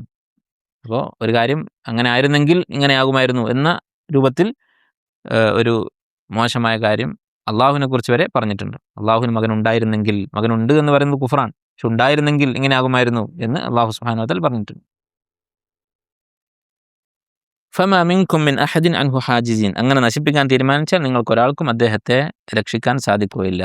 വഇന്നഹു ലതദ്കിറത്തുൻ ലിൽ മുത്തഖീൻ, തീർച്ചയായും ഇത് അഥവാ വിശുദ്ധ ഖുർആൻ ലതദ്കിറത്തുൻ ലിൽ മുത്തഖീൻ, തഖ്വയുള്ളവർക്ക് ഒരു ഉത്ബോധനമാകുന്നു. എന്താണ് തഖ്വ എന്ന് പറയുന്നത്? അള്ളാഹുവിൻ്റെ അദാബിനെ കുറിച്ചുള്ള പേടി, അത് തടയാനുള്ള പരിശ്രമം, അള്ളാഹുവിൻ്റെ അദാബിൽ നിന്ന് രക്ഷപ്പെടാനുള്ള ശ്രമം, അതാണ് തഖ്വ എന്ന് പറയുന്നത്. കാരണം സൂക്ഷിക്കുക, രക്ഷപ്പെടാൻ ശ്രമിക്കുക എന്നൊക്കെയാണ് വഖ എന്നുള്ള വാക്കിൻ്റെ അർത്ഥം. അപ്പോൾ അള്ളാഹുവിൻ്റെ അദാബിൽ നിന്ന് രക്ഷപ്പെടാൻ 2 വഴികളാണുള്ളത്. എന്താണ്? അള്ളാഹു കൽപ്പിച്ചത് ചെയ്യുക, വിലക്കിയത് വിട്ടു നിൽക്കുക, വിലക്കിയതിൽ നിന്ന് വിട്ടു നിൽക്കുക. അതുകൊണ്ടാണ് സലഫുകൾ ഈ അർത്ഥത്തിൽ തഖ്വയെ വിശദീകരിച്ചിട്ടുള്ളത്. എന്താണ്? ഫിഅലുൽ മഅ്മൂർ വ തർക്കുൽ മഹ്ദൂർ. അതുപോലെ ചിലർ അൻ തഅമൽ ബി തആത്തില്ലാഹ് വ തത്റുക മഅസിയത്തല്ലാഹ്. ഇതിൻ്റെയൊക്കെ ചുരുക്കം എന്താണ്? അള്ളാഹുവിൻ്റെ അദാബിൽ നിന്ന് രക്ഷപ്പെടാനുള്ള വഴി നോക്കുക. ആ വഴി എന്താണ്? 2 കാര്യങ്ങളാണ്. ഇതാണ് തഖ്വ എന്ന് പറയുന്നത്. അങ്ങനെയുള്ള ആളുകൾക്ക് ഉത്ബോധനമാണ് ഖുർആൻ. അപ്പോൾ തഖ്വയുള്ളവർക്കേ ഖുർആൻ കൊണ്ട് ഉപയോഗമുണ്ടാവുകയുള്ളൂ, ഉപകാരമുണ്ടാവുകയുള്ളൂ. അള്ളാഹിനെ പേടിയുള്ള ആളുകൾക്ക് മാത്രം. അള്ളാഹിനെ പേടിയില്ലാത്ത ആളുകൾ വിശുദ്ധ ഖുർആൻ അവർ ഓതും, വിശുദ്ധ ഖുർആൻ അവർ ഹിഫ്ലാക്കും, വിശുദ്ധ ഖുർആനെക്കുറിച്ച് ചിലപ്പോൾ ഗവേഷണങ്ങൾ നടത്തും, പക്ഷേ ഖുർആൻ കൊണ്ട് യാതൊരു ഉപകാരവും അവർക്ക് ഉണ്ടാവുകയില്ല. അപ്പോൾ ആദ്യം തഖ്വ വേണം, മനസ്സിൽ അള്ളാഹുവിനെ കുറിച്ചുള്ള പേടി ഉണ്ടാകണം. അങ്ങനെ പേടിയുള്ളവർക്ക് വിശുദ്ധ ഖുർആൻ ഉപകരിക്കും. അതുകൊണ്ട് തന്നെ വിശുദ്ധ ഖുർആൻ ഓതാനിരിക്കുമ്പോൾ, വിശുദ്ധ ഖുർആൻ പഠിക്കാനിരിക്കുമ്പോൾ നമ്മുടെ നിയ്യത്തിനെ കുറിച്ച് നമ്മൾ ചിന്തിക്കണം. അത് നമ്മുടെ മക്കളിൽ നമ്മൾ ഉണ്ടാക്കണം. എന്തിനാണ് ഖുർആൻ പഠിക്കുന്നത്?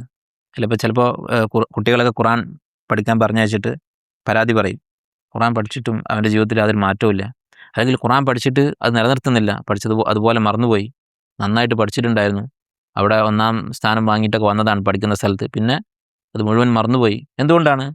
ആദ്യം ഈ ഖുർആൻ എന്താണ്, എന്തിനാണ് എന്നുള്ളത് അവരെ പറഞ്ഞ് മനസ്സിലാക്കണം. അങ്ങനെ മനസ്സിലായി ഖുർആനോടുള്ള ഹുബ്ബ് അവരുടെ മനസ്സിലുണ്ടാക്കണം. അതിനുശേഷമാണ് പഠിക്കുന്നതെങ്കിൽ അത് അവർക്ക് ഉപകാരപ്പെടും. അതുകൊണ്ടാണ് സ്വഹാബത്ത് പലരും പറഞ്ഞത്, തഅല്ലംന അൽ ഈമാൻ ഖബ്ല അൽ ഖുർആൻ, ഈമാൻ ഞങ്ങൾ പഠിച്ചു ഖുർആൻ പഠിക്കുന്നതിന് മുമ്പ്. സുമ്മ തഅല്ലംന അൽ ഖുർആൻ, പിന്നെ ഖുർആൻ പഠിച്ചു. ഫസ്ദദ്നാ ബിഹി ഈമാൻ, അപ്പോൾ നമുക്ക് ഈമാൻ കൂടി. അപ്പോൾ ആദ്യം ഈ ഖുർആൻ എന്താണ്? അള്ളാഹിൻ്റെ കലാമാണ്. അതുപോലെ തന്നെ ഖുർആൻ്റെ ലക്ഷ്യം എന്താണ്? അത് അള്ളാഹുവിൻ്റെ അദാബിൽ നിന്ന് രക്ഷപ്പെടാനും നാളെ പരലോകത്ത് വിജയിക്കാനും ഉള്ള മാർഗം മനസ്സിലാക്കാനുള്ള വഴിയാണ് ഖുർആൻ. ഈ സംഗതി മനസ്സിലാക്കി കൊടുക്കണം. ആദ്യം നമ്മൾ മനസ്സിലാക്കണം. അതുപോലെ നമ്മൾ ഹൈർ ഉദ്ദേശിക്കുന്ന നമ്മുടെ സഹോദരങ്ങൾക്കും മക്കൾക്കും മനസ്സിലാക്കി കൊടുക്കണം. എന്നിട്ട് ഖുർആൻ പഠിച്ചാൽ കുറച്ചാണെങ്കിലും അത് ഉപകരിക്കും. കുറച്ച് പേജുകളെ പഠിച്ചിട്ടുള്ളൂ, കുറച്ച് ജ്യൂസേ പഠിച്ചിട്ടുള്ളൂ, എങ്കിലും അതുകൊണ്ട് ഉപകാരമുണ്ടാകും. വ ഇന്നാ ലനഅലമു അന്ന മിൻകും മുകദ്ദിബീൻ, ഇത് തഖ്വയുള്ളവർക്ക് ഉത്ബോധനമാണ്. എന്നാൽ നമുക്കറിയാം, അന്ന മിൻകും മുകദ്ദിബീൻ, നിങ്ങളുടെ കൂട്ടത്തിൽ നിഷേധികളുണ്ട് എന്ന കാര്യം നമുക്കറിയാം. അല്ലാഹു തആല പറയുകയാണ്, മനുഷ്യരുടെ കൂട്ടത്തിൽ ഈ ഖുർആനിൽ വിശ്വസിക്കാത്ത ആളുകളുണ്ട് എന്നത് എനിക്കറിയാം. വ ഇന്നഹു ലഹസ്റത്തുൻ അലൽ കാഫിരീൻ, ഈ ഖുർആൻ അത് നിഷേധികൾക്ക് ഒരു ഹസ്രത്തായിരിക്കും, ദുഃഖമായിരിക്കും. നേരത്തെ നമ്മൾ പറഞ്ഞു വിശുദ്ധ ഖുർആൻ ഈ സൂറത്തുൽ ഹാഖയിലെ 5ാമത്തെ വിഷയമാണ് വിശുദ്ധ ഖുർആൻ്റെ ഒരു വസ്ഫ്. ഖുർആൻ എന്താണ്? തദ്കിറത്തുൻ ലിൽ മുത്തഖീൻ ഹസ്റത്തുൻ അലൽ കാഫിരീൻ, മുഅ്മിനീങ്ങൾക്ക് മുത്തഖീങ്ങൾക്ക് ഉപകരിക്കും, ഉപകാരപ്രദമായ ഒരു ഉത്ബോധനമാകും, നിഷേധികൾക്ക് ഒരു ദുഃഖത്തിനത് കാരണമാകും. ഹസ്രത്ത് എന്ന് പറഞ്ഞാൽ അഷദ്ദുൻ നദാമ, ദുഃഖത്തിൻ്റെ ഏറ്റവും കടുത്ത രൂപം, അതാണ് ഹസ്രത്ത് എന്ന് പറയാം. അപ്പം എന്തുകൊണ്ടാണ് ആ വാക്ക് ഉപയോഗിച്ചത്, അല്ലെങ്കിൽ എങ്ങനെയാണ് ആ വാക്ക് ഉണ്ടായത്? ഹാ, സീൻ, റാ, ഈ 3 വാക്കുകൾ കശ്ഫ്, പ്രകടമാക്കുക, തുറന്നു വെക്കുക എന്നൊക്കെയാണ് അതിൻ്റെ അർത്ഥം, അടിസ്ഥാനപരമായ അർത്ഥം. ഹാ, സീൻ, റാ എന്നുള്ള 3 അക്ഷരങ്ങൾ കൂടി ചേർന്നിട്ടുള്ള വാക്കുകൾ. അതിൻ്റെ ഒരു ഉദാഹരണം അറിയോ? ഒരു വാക്ക് ഈ അക്ഷരങ്ങൾ ഉപയോഗിച്ചിട്ട്. ഹാസിർ എന്ന് പറഞ്ഞാൽ തല തുറന്നിട്ട ആൾക്കാണ് ഹാസിർ എന്ന് പറയാം. ഹാസിർ റസ്, തല തുറന്നിട്ട ആൾ. എന്നാൽ തലയിലൊന്നുമില്ല, തലപ്പാവില്ല, തട്ടമില്ല, തൊപ്പിയില്ല, ആണ് ഹാസിർ എന്ന് പറയാം. അപ്പോൾ എന്തുകൊണ്ടാണ് ഈ ദുഃഖത്തിന് ഈ വാക്ക് ഉപയോഗിക്കുന്നത്? ഈ 3 അക്ഷരത്തിൻ്റെ അടിസ്ഥാന അർത്ഥവും ദുഃഖം എന്നുള്ള അർത്ഥവും തമ്മിലുള്ള ബന്ധം എന്താണ്? അഷദ്ദുൻ നദാമ എന്ന് നമ്മൾ പറഞ്ഞത്, ഏറ്റവും വലിയ ദുഃഖം. അപ്പോൾ ഏറ്റവും വലിയ ദുഃഖമാകുമ്പോൾ എന്ത് സംഭവിക്കും? അത് പുറത്തു പറയും. നമ്മളൊരു പരിധി വരെയൊക്കെ സഹിക്കും നമ്മളെ ദുഃഖങ്ങളൊക്കെ, പക്ഷെ ഒരു പരിധി വിട്ടാൽ എന്ത് ചെയ്യും? അത് മറ്റുള്ളവരോട് പറയും, നമ്മുടെ അടുത്ത ആളുകളോടൊക്കെ പറയും. അപ്പോൾ അങ്ങനെ പറയുന്ന അവസ്ഥയിൽ എത്തിയിട്ടുണ്ടാവും. അപ്പോൾ പരലോകത്ത് വരുമ്പോൾ മനുഷ്യൻ ഇതുപോലെ പറയും. വിശുദ്ധ ഖുർആൻ അല്ലാഹു തആല പറഞ്ഞിട്ടുള്ളതാണ്, അൻ തഖൂല നഫ്സുൻ യാ ഹസ്റത അലാ മാ ഫറത്തു ഫീ ജംബില്ലാഹി വഇൻ കുൻതു ലമിനസ് സാഖിരീൻ, അള്ളാഹുവിൻ്റെ വിഷയത്തിൽ ഞാൻ എന്തുമാത്രം വീഴ്ച വരുത്തി, യാ ഹസ്രത്ത, എൻ്റെ ദുഃഖമേ, ഞാൻ എത്ര വലിയ ദുഃഖത്തിലാണ് എന്ന് മനുഷ്യൻ തുറന്നു പറയും. വഇന്നഹു ലഹസ്രത്തുൻ അലൽ കാഫിരീൻ വഇന്നഹു ലഹഖുൽ യഖീൻ, തീർച്ചയായും ഇത് ഹഖുൽ യഖീനാണ്. എന്താണ് ഹഖുൽ യഖീൻ എന്ന് പറഞ്ഞാൽ? യഖീൻ എന്ന് പറഞ്ഞാൽ നമുക്കറിയാം, ഉറപ്പുള്ള അറിവിനാണ് യഖീൻ എന്ന് പറയുക. ഇൽമിൻ്റെ മുകളിലാണ് യഖീൻ എന്ന് പറയുന്നത്. ദൃഢബോധ്യം, ഉറപ്പ് എന്നാണ്. യഖീൻ തന്നെ 3 ദർജയുണ്ട്, 3 പദവികളുണ്ട്. ഒന്നാമത്തേത് ഇൽമുൽ യഖീൻ, രണ്ടാമത്തേത് ഐനുൽ യഖീൻ, മൂന്നാമത്തേത് ഹഖുൽ യഖീൻ. എന്താണ് ഇൽമുൽ യഖീൻ എന്ന് പറഞ്ഞാൽ? ഒരാൾ നമുക്ക് പറഞ്ഞു തന്നു ഒരു കാര്യം, വിശ്വസ്തനായ ഒരാൾ പറഞ്ഞു തന്നു, അല്ലെങ്കിൽ യുക്തിപരമായി നമ്മൾ ചിന്തിച്ച് മനസ്സിലാക്കി, അങ്ങനെയൊക്കെ വായിച്ചും കേട്ടും ഒക്കെ മനസ്സിലാക്കി വിശ്വസിച്ച കാര്യത്തിനാണ് ഇൽമുൽ യഖീൻ എന്ന് പറയുക. യഖീനായ ഇൽമ് നമുക്ക് കിട്ടി. ഐനുൽ യഖീൻ എന്ന് പറഞ്ഞാൽ ആ വസ്തു നമ്മൾ കണ്ണുകൊണ്ട് കണ്ടു, അപ്പോൾ കുറച്ചുകൂടി യഖീൻ കൂടും. മൂന്നാമത്തേത് നമ്മളത് അനുഭവിച്ചു, ആ വസ്തു നമ്മൾ അനുഭവിച്ചു, അതാണ് ഹഖുൽ യഖീൻ എന്ന് പറയാം. ഒരു ഉദാഹരണം പറഞ്ഞാൽ, ഇപ്പോൾ നമ്മളൊക്കെ ഖിബിലക്ക് നേരെ തിരിഞ്ഞ് നിന്നാണ് നമസ്കരിക്കുന്നത്. അപ്പോൾ ഖിബില ഈ ദിശയിലാണ് എന്നുള്ളത് നമ്മളെങ്ങനെ മനസ്സിലാക്കിയത്? ഒന്നുകിൽ ആരെങ്കിലും പറഞ്ഞു തന്നിട്ടുണ്ടാവും, അല്ലെങ്കിൽ നമ്മൾ നമ്മുടെ കയ്യിലുള്ള ഉപകരണങ്ങൾ ഉപയോഗിച്ച് മനസ്സിലാക്കിയിട്ടുണ്ടാവും, കണക്കൂട്ടി മനസ്സിലാക്കിയിട്ടുണ്ടാവും. അതാണ് ഇൽമുൽ യഖീൻ. ഉറപ്പാണ് നമുക്ക് ഈ വശത്ത് തന്നെയാണ് ഖിബില എന്നുള്ളത് നമുക്ക് യഖീനാണ്. ഐനുൽ യഖീൻ എന്താണ്? ഒരാൾ കഅബ കാണുന്നുണ്ട്, അല്ലെ മക്കയിൽ പോയി കഅബ കാണുന്നുണ്ട്, അവിടെ നമസ്കരിക്കുന്ന ഒരാൾക്കത് ഐനുൽ യഖീനാണ്. കഅബൻ്റെ ഉള്ളിൽ കയറി നിസ്കരിച്ചാലോ, അല്ലെങ്കിൽ കഅബൻ്റെ നേരെ മുമ്പിൽ പോയി നിസ്കരിച്ചാലോ, അത് അയാൾ അനുഭവിച്ചു കഴിഞ്ഞു, കഅബൻ്റെ മുമ്പിൽ നമസ്കരിക്കുക എന്നുള്ളത്. അതാണ് ഹഖുൽ യഖീൻ എന്ന് പറയുന്നത്. വിശുദ്ധ ഖുർആൻ എന്ന് പറയുന്നത് അള്ളാഹുവിൻ്റെ കലാമാണ് എന്നുള്ളത് ലഹഖുൽ യഖീൻ, ഏറ്റവും ദർജ കൂടിയ യഖീനാണ്, യാതൊരു സംശയവുമില്ലാത്ത യഖീനാണ്. വിശുദ്ധ ഖുർആൻ അള്ളാഹുവിൻ്റെ കലാമാണ് എന്നുള്ളത്. ഫസബ്ബിഹ് ബിസ്മി റബ്ബിക്കൽ അദീം, അതിനാൽ അൽ അദീമായ, എല്ലാ മഹത്വത്തിൻ്റെയും ഉടമയായ നിൻ്റെ റബ്ബിൻ്റെ നാമം നീ തസ്ബീഹ് ചെയ്യുക. തസ്ബീഹ് എന്ന് പറഞ്ഞാൽ എന്താണ്? തൻസീഹ്, ഒരു ന്യൂനതകളുമില്ലാത്തവനാണ് അവൻ എന്ന് പറയുക, അതാണ് തസ്ബീഹ് എന്ന് പറയുന്നത്. സബ്ബഹ്തുല്ലാഹ എന്ന് പറഞ്ഞാൽ ഞാൻ അള്ളാഹുവിനെ തസ്ബീഹ് ചെയ്തു എന്ന് പറഞ്ഞാൽ അള്ളാഹുവിന് യാതൊരു ന്യൂനതകളുമില്ല എന്ന് ഞാൻ പറഞ്ഞു. അപ്പം അതിവിടെ പറയാനുള്ള ഒരു മുനാസബത്ത്, പ്രസക്തി എന്താണ്? അല്ലെ, അള്ളാഹുവിൻ്റെ പേരിൽ ഒരാൾ കളവ് പറയുക, എന്നിട്ട് അയാൾ അങ്ങനെ സ്വതന്ത്രനായി നടക്കുക, യാതൊരു അപകടവുമില്ലാതെ സ്വസ്ഥമായി ജീവിക്കുക എന്ന് പറയുന്നത് അസംഭവ്യമാണ്. അങ്ങനെ സംഭവിച്ചിരുന്നെങ്കിൽ അത് അള്ളാഹുവിനുള്ള ഒരു ന്യൂനതയാണ്. അങ്ങനെ ഒരിക്കലും അള്ളാഹുവിനുണ്ടാവുകയില്ല, അതാണ് ഇവിടെ ഉദ്ദേശിക്കുന്നത്. അപ്പോൾ ഈ തസ്ബീഹ് എന്നുള്ള വാക്ക് അതിനുശേഷം ഫസബ്ബിഹ് ബിസ്മി എന്ന് പറഞ്ഞു. അല്ല, അതിൻ്റെ ഉദ്ദേശം എന്താണ്? ഫസബ്ബിഹ് ബിസ്മി റബ്ബിക്കൽ അദീം, അള്ളാഹുവിനെ തൻസീഹ് ചെയ്യുക എന്നുള്ളതിന് സബ്ബിഹ് റബ്ബക്കൽ അദീം എന്ന് പറഞ്ഞാൽ മതി. ചില മുഫസ്സിരിങ്ങൾ വളരെ സൂക്ഷ്മമായ ഒരു ഫായിദ അവിടെ പറഞ്ഞിട്ടുള്ളത്, ഇവിടെ നമസ്കാരമാണ് ഉദ്ദേശിക്കുന്നത്, നമസ്കാരത്തിൽ തസ്ബീഹ് ചെയ്യുക എന്നുള്ളതാണ് അവിടെ ഉദ്ദേശിക്കുന്നത്. അതെങ്ങനെയാണ് മനസ്സിലാവുന്നത്? നമസ്കാരത്തിൽ ആകുമ്പോഴാണ് ഈ ബാൻ്റെ ആവശ്യം വരുന്നത്. ഉദാഹരണത്തിന് നമ്മൾ നമസ്കാരത്തിൽ തസ്ബീഹ് ചൊല്ലി എന്നെങ്ങനെ പറയാം? സ്വല്ലൈതു മുസബ്ബിഹൻ ബിസ്മില്ലാഹി, അള്ളാഹുവിൻ്റെ നാമത്തെ തസ്ബീഹ് ചെയ്തുകൊണ്ട് ഞാൻ നമസ്കരിച്ചു എന്ന് പറയണമെങ്കിൽ ഒരു ബാ വേണം. അത് ഉദാഹരണത്തിന് ഇപ്പോൾ നമ്മൾ വേറൊരു ഉദാഹരണം പറഞ്ഞാൽ സ്വല്ലൈതു ഖാരിഅൻ ബിൽ ഫാത്തിഹ, ഫാത്തിഹ ഓതിക്കൊണ്ട് ഞാൻ നമസ്കരിച്ചു. അപ്പം അതുപോലെ നമസ്കാരത്തിലാണ് ഇവിടെ തസ്ബീഹ് ചെയ്യുന്നത് എന്നൊരു സൂചന ഇതിലുണ്ട്. വിശുദ്ധ ഖുർആനിൽ ഈ ബാ ഇല്ലാതെ തസ്ബീഹ് എന്നുള്ള വാക്ക് ഉപയോഗിച്ച ധാരാളം സ്ഥലങ്ങളുണ്ട്. യുസബ്ബിഹു ലില്ലാഹി മാ ഫിസ് സമാവാതി വമാ ഫിൽ അർദ്, സബ്ബഹ ലില്ലാഹി മാ ഫിസ് സമാവാതി വൽ അർദ് എന്നൊക്കെ. അള്ളാഹുവിനെ, പ്രപഞ്ചത്തിലുള്ള എല്ലാ വസ്തുക്കളും അള്ളാഹുവിനെ പ്രകീർത്തിക്കുന്നു. ഇവിടെ ബാ ഇല്ല, അള്ളാഹുവിൻ്റെ പേര് കൊണ്ട് എന്ന് പറയുന്നില്ല. നേരെ മറിച്ച് സുജൂദിൻ്റെ കാര്യം പറഞ്ഞപ്പോൾ എന്താ പറഞ്ഞത്?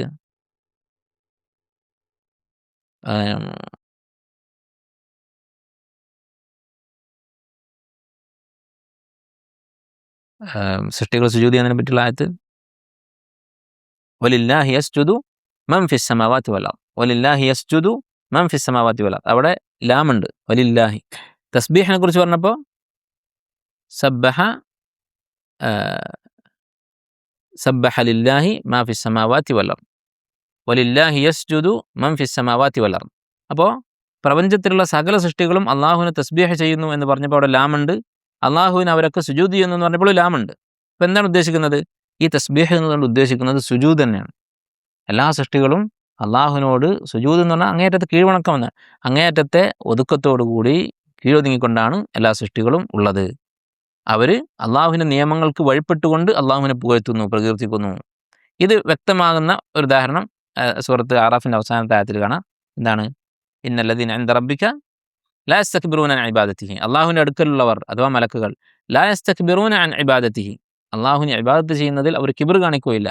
വയുസബ്ബിഹൂനഹു വലഹു യസ്ജുദൂൻ, വയുസബ്ബിഹൂനഹു അവനെ അവർ വാഴ്ത്തുന്നു, അവിടെ ബാ ഇല്ല, ലാമില്ല, ഒന്നുമില്ല.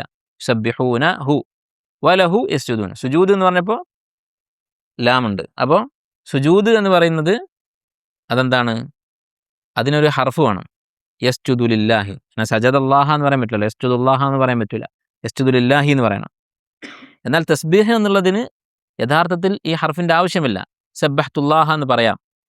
അപ്പോൾ എവിടെയെങ്കിലും ഒരു സ്ഥലത്ത് സബ്ബഹ ലില്ലാഹി എന്ന് പറഞ്ഞിട്ടുണ്ടെങ്കിൽ എന്ത് മനസ്സിലാക്കാം, അവിടെ സുജൂദ് എന്നാണ് ഉദ്ദേശിക്കുന്നത്. ഇതുവരെ പറഞ്ഞതൊന്ന് ചുരുക്കി പറയാം ഒന്നുകൂടി. അതായത് സജദ എന്ന് പറയുന്നത് സുജൂദ് ചെയ്തു, അതിൻ്റെ മഫ്ഊലിൻ്റെ മുമ്പിൽ എന്ത് വേണം, ഒരു ഹർഫ് വേണം, സജദ ലില്ലാഹി. അതുകൊണ്ടാണ് വലില്ലാഹി യസ്ജുദു മൻ ഫിസ് സമാവാതി വൽ അർദ് എന്ന് പറഞ്ഞത്. എന്നാൽ തസ്ബീഹ് എന്നുള്ള വാക്കോ സബ്ബഹ്തുല്ലാഹ എന്ന് പറയാം, അള്ളാഹുവിനെ വാഴ്ത്തുക എന്ന് പറയാം.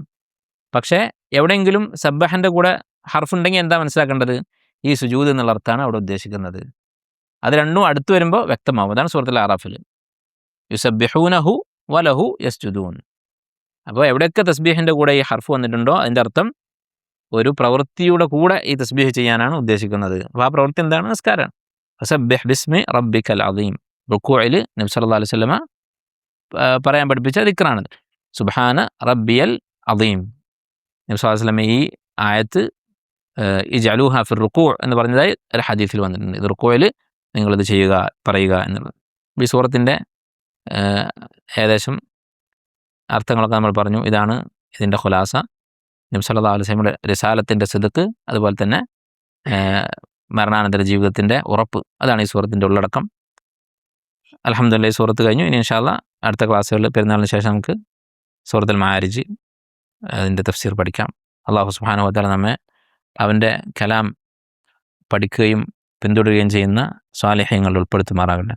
സുബ്ഹാനക അല്ലാഹുമ്മ ബിഹംദിക അശ്ഹദു അൻ ലാ ഇലാഹ ഇല്ല അൻത അസ്തഗ്ഫിറുക വ അത്തൂബു.